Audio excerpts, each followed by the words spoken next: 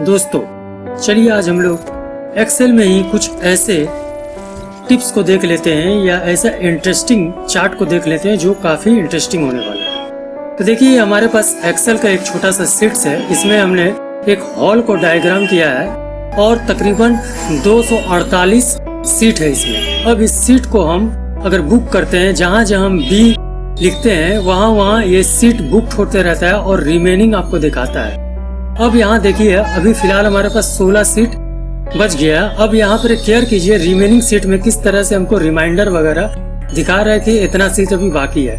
उसी तरह से जैसे जैसे हम इसको फिल करते रहते हैं हमारा रिमेनिंग सीट दिखाते रहता है। तो टोटली जब सीट बुक हो जाता है तो हॉल का पोजीशन हाउसफुल हो जाता है। तो देखिए टोटल हमारा सीट बुक हो चुका है और हमारे हॉल का पोजीशन हाउसफुल हो चुका है। तो इसको हम लोग कैसे क्रिएट करें, चलिए हम लोग इस वीडियो में आज देखते हैं। बनाने की कोशिश करते हैं। फॉर्मेट बनाना एक्चुअली काफ़ी आसान है। अगर एक्सेल का आप बेसिक भी जानते हैं तो आराम से आप फॉर्मेट बना सकते हैं। अपने हिसाब से आप सीट का स्क्वायर ले लीजिए और उसको लेंथ और विड्थ उसको स्क्वायर टाइप का कर लीजिए। और यहाँ पर हमने सिर्फ मर्ज एंड सेंटर का यूज़ किया और अलाइनमेंट का यूज़ किया ताकि वो देखने में थोड़ा सा और ज़्यादा खूबसूरत लगे। इसी तरह से आप पारी पारी से सब फॉर्मेट को तैयार कर लीजिए। एक्चुअली ऐसे करिएगा तो थोड़ा सा और खूबसूरत लगता है चार्ट।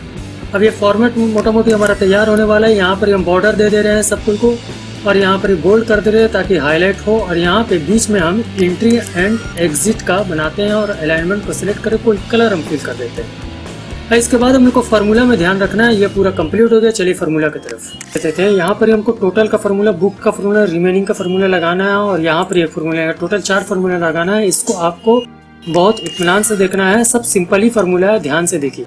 यहाँ पर टोटल का फार्मूला लगाने से पहले, कोई फार्मूला लगाने से पहले हम लोग बराबर का साइन देते हैं।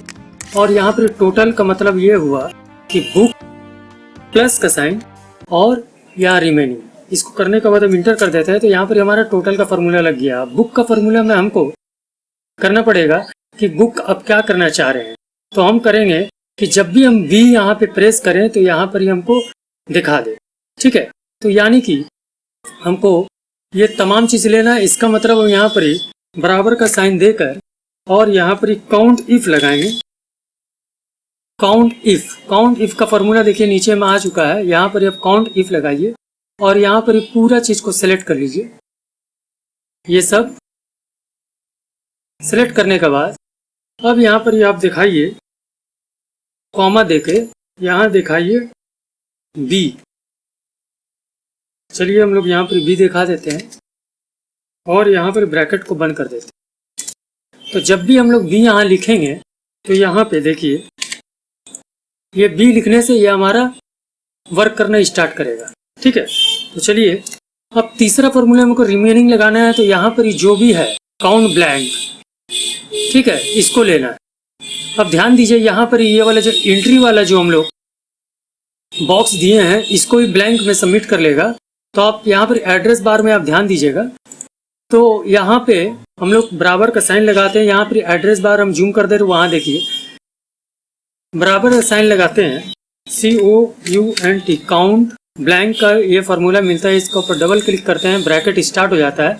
अब क्या क्या ब्लैंक को काउंट करना है देखिए, यहाँ से लेके इसको हमको ब्लैंक काउंट करना है और यहाँ पर ब्रैकेट लगाना है, फिर प्लस का साइन देना है। उसके बाद यहाँ से हमको इसको ब्लैंक काउंट करना है। ठीक है, सॉरी, इससे पहले आपको यहाँ पर काउंट ब्लैंक का फार्मूला देना है एड्रेस बार में।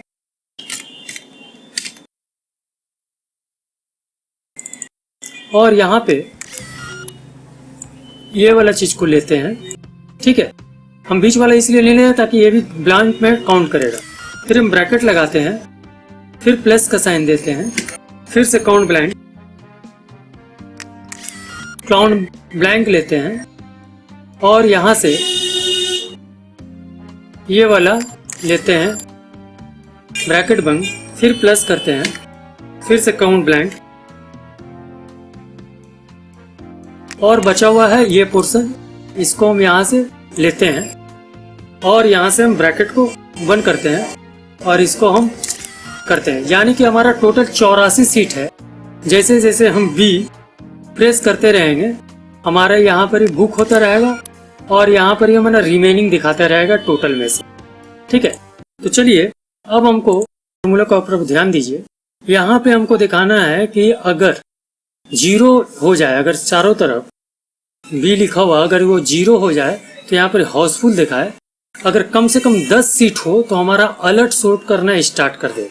तो यहाँ पे हम आपको यहाँ एड्रेस बार में बड़ा करके दिखा दे रहे हैं, आप आराम से इस फार्मूला को देखिए। चलिए हम लोग बराबर के साइन लगाते हैं और यहाँ पे हम लोग इफ का फार्मूला यूज करेंगे। इफ का फार्मूला जैसे यूज करते हैं इफ नीचे आ जाता है। अब यहाँ पर एड्रेस बार में आप शो करिए, इफ अगर ये वाला माने रिमेनिंग जो चीज है वो 0 हो जाए, इक्वल टू 0 हो जाए, तो देन कॉमा लगाते हैं और इन्वर्टेड कॉमा स्टार्ट करते हैं।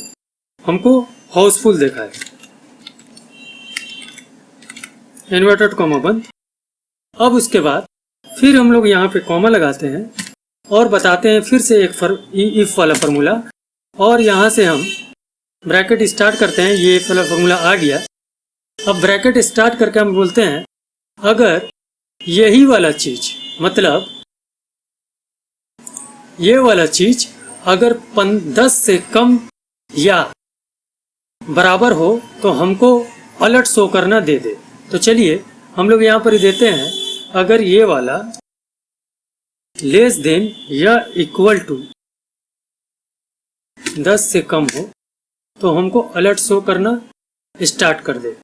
कॉमा लगाते हैं तो अलर्ट में क्या शो करेगा, तो यहाँ पर विद इन इन्वर्टेड कॉमा लगा के हम लोग ओनली देते हैं। और ओनली देने के बाद ध्यान रखिए आप एक को स्पेस दीजिए और उसके बाद फिर से इन्वर्टेड कॉमा बंद करिए। ठीक है, उसके बाद आपको फिर से यही वाला चीज लेना है। तो ये वाला चीज C7 है। चलिए हम लोग C7 ले लेते हैं और यहाँ पे एंड लगाते हैं। यहाँ पे हम एंड लगाते हैं और इसका इस साइड में भी हम एंड लगाते हैं।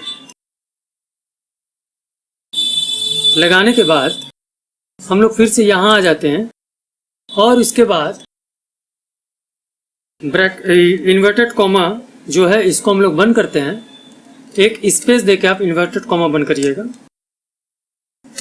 स्पेस देके इन्वर्टेड कॉमा बंद किए और इसके बाद फिर कॉमा लगाते हैं और यहाँ से हम लोग लिखते हैं सीट रिमेनिंग।